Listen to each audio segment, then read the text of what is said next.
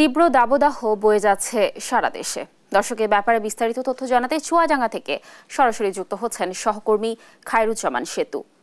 সেতু, তাপদাহের প্রভাব কেমন পড়েছে জনজীবনে?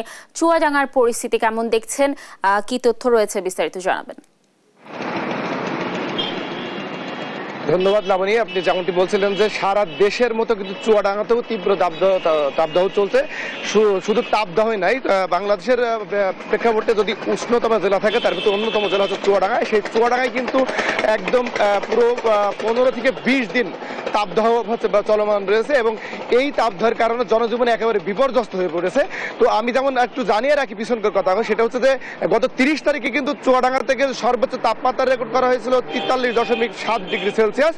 একই সাথে কিন্তু হচ্ছে গতকালকে কিন্তু চুয়াডাঙ্গা তাপমাত্রা রেকর্ড করা হয় 42.8 ডিগ্রি সেলসিয়াস এবং আজকে কিন্তু সকাল 9টায় কিন্তু তাপমাত্রা রেকর্ড করা হয়েছে 33 ডিগ্রি সেলসিয়াস। তো সেক্ষেত্রে আপনি বুঝতেই পারছেন যে 30 তারিখের পরে যে তাপদাহ কমার কথা ছিল সেটা কিন্তু খুব যে কমেছে তা না, কিন্তু আবহাওয়া অফিস আমাকে কিন্তু গত 30 তারিখেই জানিয়েছিল যে তাপদাহ কমবে ঠিকই 1 তারিখ থেকে, কিন্তু যে কমবে সেটা খুব বেশি না।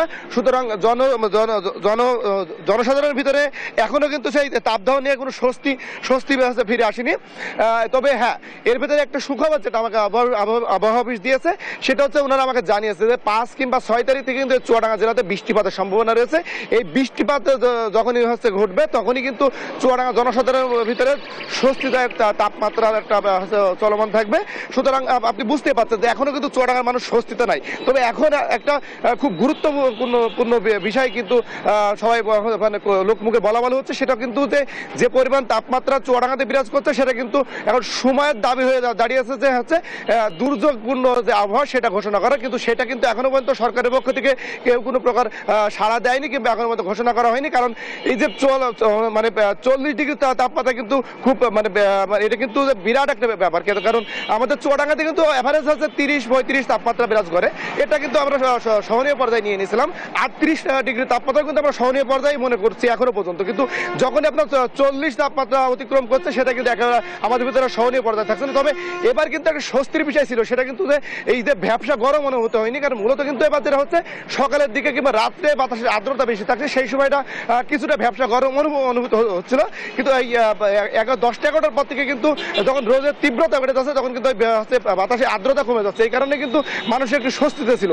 আমি একটু জানিয়ে রাখি, সেটা হচ্ছে কিন্তু সরকারের পক্ষ থেকে এখনো পর্যন্ত কিন্তু চুয়াডাঙ্গাতে কোনো প্রকার ত্রাণ বিতরণের খবর পাইনি আমরা। তবে হচ্ছে গত 21শে এপ্রিল কিন্তু চুয়াডাঙ্গা জেলা প্রশাসক হচ্ছে দুর্যোগ ব্যবস্থা কমিটির জরুরি সভা ডাকছিল। ওই সময় কিন্তু ত্রাণের জন্য একটা আবেদন করার কথা ছিল এবং আবেদনও করেছে। সেই সময় কিন্তু 10,000 প্যাকেট খাবার বিতরণ কথা ছিল, কিন্তু মানে চাহিদা ছিল 10,000 প্যাকেট খাবারের, কিন্তু সেটা কিন্তু এখন মধ্যে এসে পৌঁছায়নি। কিন্তু এই যে যারা নিম্ন আয়ের দরিদ্র খেটে খাওয়া মানুষ আছে তাদের যে বক্তব্য এবং ভাষ্যমতে তারা হচ্ছে যে এই যে এতদিন সময় লাগছে, এই সময়গুলোতে যে তারা কেমনে মানে কিভাবে হচ্ছে জীবন বার করবে, কারণ এই সময়গুলোতে যদি বিশেষ বরাদ্দ থেকে থাকে সেটা এখনো দেওয়া দাবি জানিয়ে জেলা প্রশাসনের কাছে, কিন্তু জেলা প্রশাসন কিন্তু এখনো পর্যন্ত সেই ধরনের কোনো আপনার হচ্ছে মানে বিশেষ বরাদ্দ থেকে কোনো বরাদ্দ থেকে কোনো মানে নিম্ন আয়ের খেটে খাওয়া মানুষের ভিতরে বরাদ্দ দেয়নি। সেক্ষেত্রে এখনো কিন্তু দুর্বিষহ জীবনযাপনের কথা নিম্ন আয়ের দরিদ্র খেটে খাওয়া মানুষ। এই ছিল চুয়াডাঙ্গা থেকে সর্বশেষ লাবণী। 30 বছরের মধ্যে সর্বোচ্চ তাপমাত্রার রেকর্ড হয়েছে খুলনায়। সেখানকার সর্বশেষ পরিস্থিতি জানাতে যুক্ত হবেন আমাদের সহকর্মী নূর ইসলাম রকি। যেমনটি জানাচ্ছিলাম যে 30 বছরের মধ্যে সর্বোচ্চ তাপমাত্রা রেকর্ড হয়েছে খুলনার। এখনকার তাপমাত্রা কেমন দেখছেন, আর জনজীবনে এই তাপমাত্রা আসলে কেমন প্রভাব ফেলছে, ভোগান্তির ব্যাপারে জানাবেন আমাদের। ধন্যবাদ লাবণী। আমি আপনাদের একটু জানিয়ে রাখি যে গতকাল খুলনায় তাপমাত্রা রেকর্ড করা হয়েছে 42.1 ডিগ্রি সেলসিয়াস, যেটা কিন্তু 30 বছরের রেকর্ড অতিক্রম করেছে। এর আগে কিন্তু এক সপ্তাহে খুলনা তাপমাত্রা 41 থেকে 41.5 বা 8-এর ভিতর ছিল।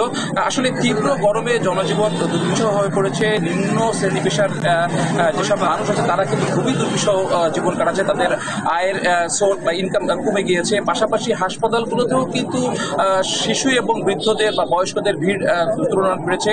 এই তীব্র গরমে আসলে লোডশেডিং একটা বড় ধরনের যন্ত্রণার তৈরি হয়েছে সাধারণ মানুষের ভিতর। আরেকটা বিষয় জানিয়ে রাখি যে যেহেতু এখন বৈশাখের প্রায় মাঝামাঝি সময় ধান কাটার এই সময় কিন্তু ধান কাটার যে শ্রমিক এদেরকে আসলে পাওয়া যাচ্ছে না। আমরা অনেক জানতে পেরেছি যে 1000 থেকে 1200 টাকা দিয়েও কিন্তু ধান কাটার যে লেবার সেটা পাওয়া যাচ্ছে না। পাশাপাশি যেসব রাস্তা সংস্কার বা বহুতল ভবনের সংস্কারের কাজ হচ্ছে সেখানে কিন্তু আসলে লেবার সংকট পড়েছে, তারাও কিন্তু টাকা বেশি দিয়েও কিন্তু শ্রমিক পাচ্ছে না। আরেকটু বিষয় একটু বলে রাখি যে এই তীব্র গরমে কিন্তু রাস্তাঘাট পুরো ফাঁকা থাকতেছে এবং প্রয়োজনের তুলনায় মানুষ কম বেরোচ্ছে। যারা বেরোচ্ছে তারা কিন্তু টুপি বা মাথায় ক্যাপ দিয়ে বেরোচ্ছে। আরেকটা বিষয় বলে রাখি, খুলনা শহরের বিভিন্ন স্থানে কিন্তু যুবলীগের প্রেসিডেন্ট সদস্য এবং বাংলাদেশ ক্রিকেট বোর্ডের সুযোগ্য পরিচালক সাহেবের পক্ষ থেকে তরমুজ বিশুদ্ধ পানি দেওয়া হচ্ছে। আমি এই বিষয়ে একটু কথা বলবো মহানগর যুবলীগের সভাপতি পলাশ ভাইয়ের কাছে যে আসলে এই গরমে আপনারা কিভাবে নিম্ন শ্রম পেশার মানুষের দাঁড়াচ্ছেন একটু জানাতে। শোনেন, মানুষের এই যে মানে দুঃসময় মানুষের পাশে থাকার নামই রাজনীতি। এই যে সময়টা চলছে এটা আসলে আমাদের জন্য ভালো সময় না, খারাপ সময় বলতে, কারণ এত গরমে সবচেয়ে বড় কষ্টে আছে শ্রমজীবী মানুষ।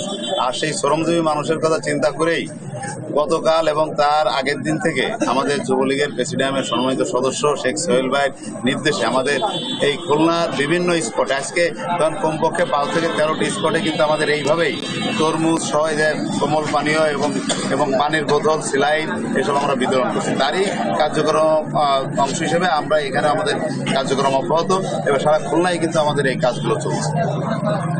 শুধু দর্শক, আপনারা যেটা শুনছিলেন যে এই তীব্র গরমে মানুষের পাশে দাঁড়ানোর জন্য কিন্তু শুধু যুবলীগ না, স্থানীয় অনেক স্বেচ্ছাসেবক সংগঠনই তারা মানুষের পাশে দাঁড়ানোর চেষ্টা করছে। বিশুদ্ধ পানি, খাবার, স্যালাইন, তরমুজ সহ বিভিন্ন ধরনের খাবার নিয়ে পাশে দাঁড়ানোর চেষ্টা করছে। লাবণী, খুলনা থেকে তাপ দেওয়া সম্পর্কে এই ছিল আমার কাছে সর্বশেষ তথ্য।